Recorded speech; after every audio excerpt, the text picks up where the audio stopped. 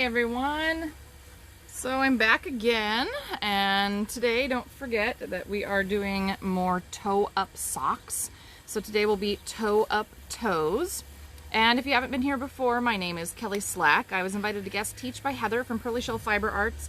I'm the co-owner of Black Sheep Fiber Emporium with my partner Tina. I have a couple master's degrees in teaching. I really love to teach. I have self-published 2 books. So there's Hoppy Feet, all about socks, and my Froth and Foam book, which is all about lace. And I have made over 100 pairs of socks. So while I don't know everything, I do know a lot. And I know especially a lot about socks because I love socks. And I love Socktober because I love socks. If you are watching my videos, don't forget that we have 3 sponsors with the WAFA group, Black Sheep Fiber Emporium, myself with Kelly Slack Designs, and Pearly Shell Fiber Arts. So make sure that you are checking them out and giving them a little bit of love because, you know, gotta say thank you for all these lovely free videos, right? So don't forget that you can follow us on Instagram, Facebook, YouTube, and TikTok.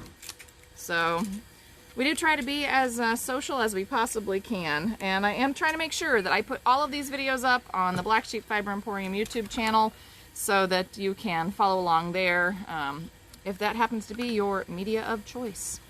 So this morning it is all about toe-up socks, and it is all about toe-up toes. So with toe-up socks, we talked about our different cast-ons, and we talked about some different ways to sort of tension with cast-ons because we do want to make sure that our toes look good on our toe-up socks. And with toe-up socks, generally you're going to see one of 3 toes. You're going to see the increased wedge, the increased star, or the increased 4-point. Most of the time it's going to be the wedge or the 4-point. Sometimes you'll see a star, which can have 6 or 8 increase points. It just depends on the design.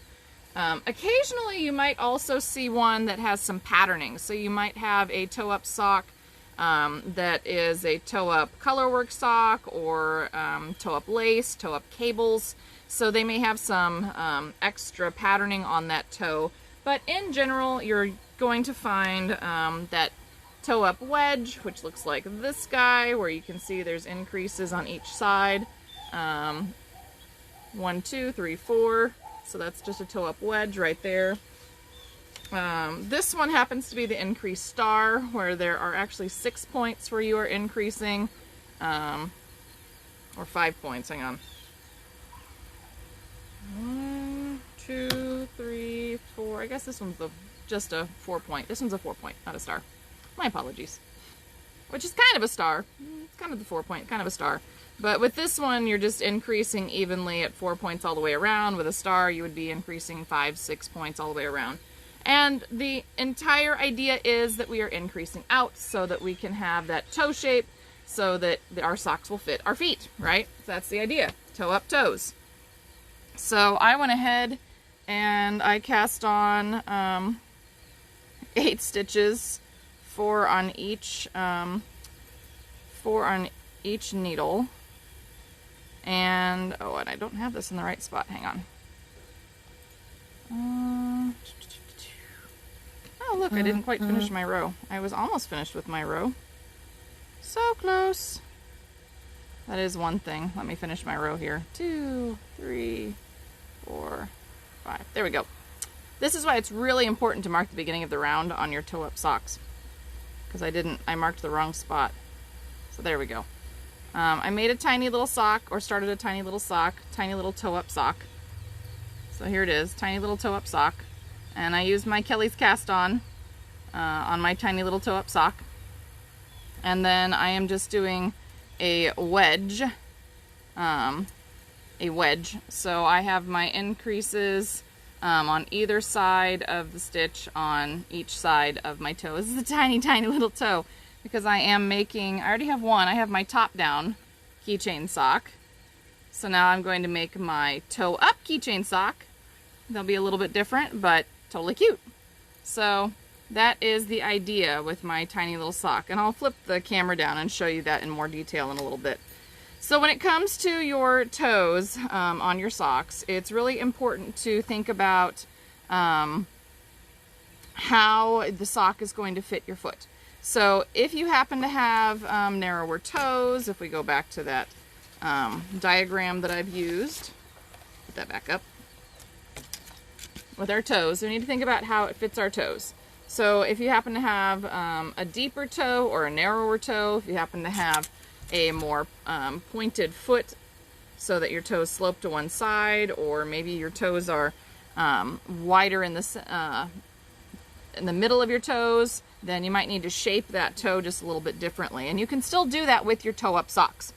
You can put more of your increases on one side versus the other.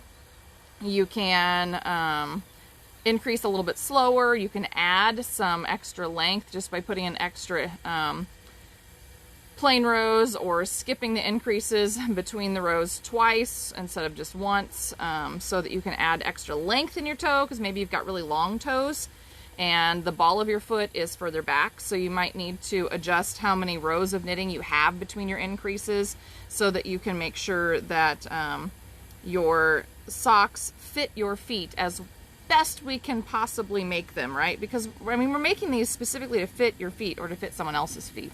So when it comes to those toe-up socks, it's really important to think about the shape of those socks in addition to just the actual toe itself. So I'm going to go ahead and flip the camera down, and I'm going to show you in detail a couple of those toes. There aren't as many toes with toe-up socks as what you'll find with top-down socks, and that really is just a function of it's just a function of the sock itself, because it's a toe-up sock, and so we just haven't invented quite as many ways yet. I'm sure that they will come to construct those socks. So I'm going to go ahead and flip the camera, and we will take a look in depth at some toe-up toes. So with your toe-up toes, it doesn't really matter if you are doing double-pointed needles, the flexible needles, socks on 2 circulars, or magic loop. It doesn't really matter. All of those methods can be used with your socks. You can do them 2 at a time or singly. It's whatever floats your boat, makes you happiest, do it that way. Even if a pattern calls for doing 2 at a time or doing 1 at a time, you can change that. Just remember, I'm a pattern designer, and I give you full license to change the pattern to fit what you like. So remember, this one is that 4-point. It's very similar to a star toe. If we had a couple of more increases on this sock, it would be a star toe.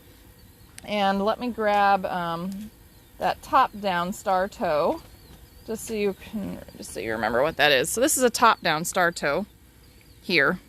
So this one just had more decreases in a shorter amount of time. So this makes a rounder toe because we're decreasing more. So if you need a rounder toe on your toe-up socks, you might need to make a star toe instead of a 4-point or a wedge toe. So that is an option. This one might be a top-down sock, but these could have been increases right here. You could have done increases and done a star toe increase. This would have made it much rounder if you decided to do it like that. I really like the wedge shape most of the time. I like the way it looks, but if you really like this 4-point or this star, there's no reason that you can't do that. And again, if you happen to have a longer toe section, if this section of your foot is longer, you can always add in rest rows in between these increases so that it allows that sock to have more room in the toe area. It's totally up to you. So here's my little sock that I've been working on, my teeny tiny little keychain sock. And I just went ahead and I cast on 4 stitches on each of 2 needles, and then I worked my way around and I knit 1 row. And then I just used, well, I'm going to say I used make 1 right, make 1 left, but I was doing it really fast this morning, so I might have mistaken a left for a right or a right for a left. So it doesn't have quite the pretty wedge shape that you usually see on my toe-up socks. It's not terrible. But I increased out until I had 5 stitches on each needle. This is... this is just a little practice sock, a little keychain sock. I would not have started with 4 stitches on each needle or 8 total stitches in order to start the toe of a regular sock. I would have had at least 6, if not 8 stitches on each needle before going forward, but that's really up to you guys. So if you're following along with this, once you get through your toe, then you're going to continue with the foot of your sock. And most of the time with a sock foot, it will be one of 3 things. You'll have a plain sole. You'll always have a plain sole. And then the foot of your sock, the top of your foot, is going to have either patterning, like this one. It's going to have some kind of ribbing, and this one happens to be slip stitches, but it could have been knit and purl ribbing. Or it's going to be a plain foot, like this guy, where it's just stockinette on top. So the reason that you find stockinette for the soles of your socks is because you really wouldn't want to necessarily be walking on this cabling. This could be really uncomfortable on the bottom of your foot. I know some people have sensory issues as well, and so that could be a problem. In order to measure your toe-up socks, of course, we always work from the toe. And again, that little sock ruler that I talked about is a great tool to have. If you happen to like making socks and you like gadgets, which I totally like gadgets, then that's a fabulous thing to have. I was trying to find it. I know I have it in here somewhere. I have too many socks in my bag. That's my problem. Too many socks in my bag. Can't find my sock ruler. There it is. This guy. This is a sock ruler right here. This is super, super handy if you like to make socks. Some people even take this back and they write all of their different, like, people's sock measurements on the back of it so that they always have it. But this is super handy because you can stick it into the toe of your sock so that you can measure it.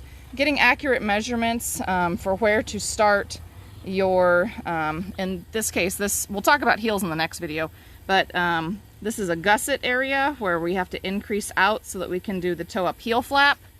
And in this one, knowing where to start your short row heel, it's really important to know where to do that. So accurate measurements are very important. So if you're not using a sock ruler, it's really important to lay your sock flat to measure and make certain that you are starting at the tip of that toe and working all the way back, because you do want to make certain that your socks fit. If you are a couple of rows off, that's not going to affect too much because you want your sock to fit tight. But it is important to make certain that you are measuring your sock accurately. So I know I talk about the sock rulers a lot. I just really love them. I find them really useful, and I'm so glad that I have one now, and have had one for a few years, so that when I make my socks, I can be as accurate as possible. So sock rulers, totally worth it. Recommended by Kelly. Okay, next time we're going to talk about heels. So we'll talk about this toe up heel flap, and we'll talk about short row heels. Remember, you can also do a short row heel on a top down sock, but this is kind of a go-to heel. It's a pretty common heel for toe up socks. I won't touch on the Fish Lips Kiss heel. That is another option, but again, we're just going to focus on these two. There's a lot of different heels out there. If you are on a sock journey, it is definitely worthwhile to check out all the different toes, heels, cast-ons, cast-offs, and try out lots of different ways to make socks, because it's super fun, and you may find that you like the way one heel fits or knits better than another. So, and the same thing with toes. Anyway, it's totally worthwhile, totally worthwhile. All right, and I am just about out of time, so let me flip this back around and remind you that, so tomorrow we're going to take a look at heels, and I'll probably do a little short row heel with my tiny little keychain sock, so we'll do that together tomorrow. Short row heels are really easy to work, and if you are looking for practice, these little keychain socks are super fun. So you can absolutely try them out, and I will attempt to get a little pattern put together. My birthday's next month, so I decided that I'm having a sale, so all of my patterns on my Ravelry shop, that's Kelly Slack Designs, are buy one, get one. If you'd rather purchase from Black Sheep Fiber Emporium, you can use the code BIRTHDAY, and all of the patterns that we have available on Black Sheep Fiber Emporium should be buy one, get one. because I just felt like doing that because it's my birthday and I'm gonna like celebrate all the way up to my birthday. Why not, right? You know, we all deserve a little bit of joy. Okay, so until tomorrow, because I'll be back tomorrow about the same time, stay happy, stay healthy, keep crafting, enjoy your socks. I hope you're really enjoying socks. I hope that you've learned a little bit of something about socks. And yeah, we're going to do heels tomorrow. Tomorrow's all about heels. Toe-up heels, because we've already covered those top-down ones. So, I'll see you tomorrow.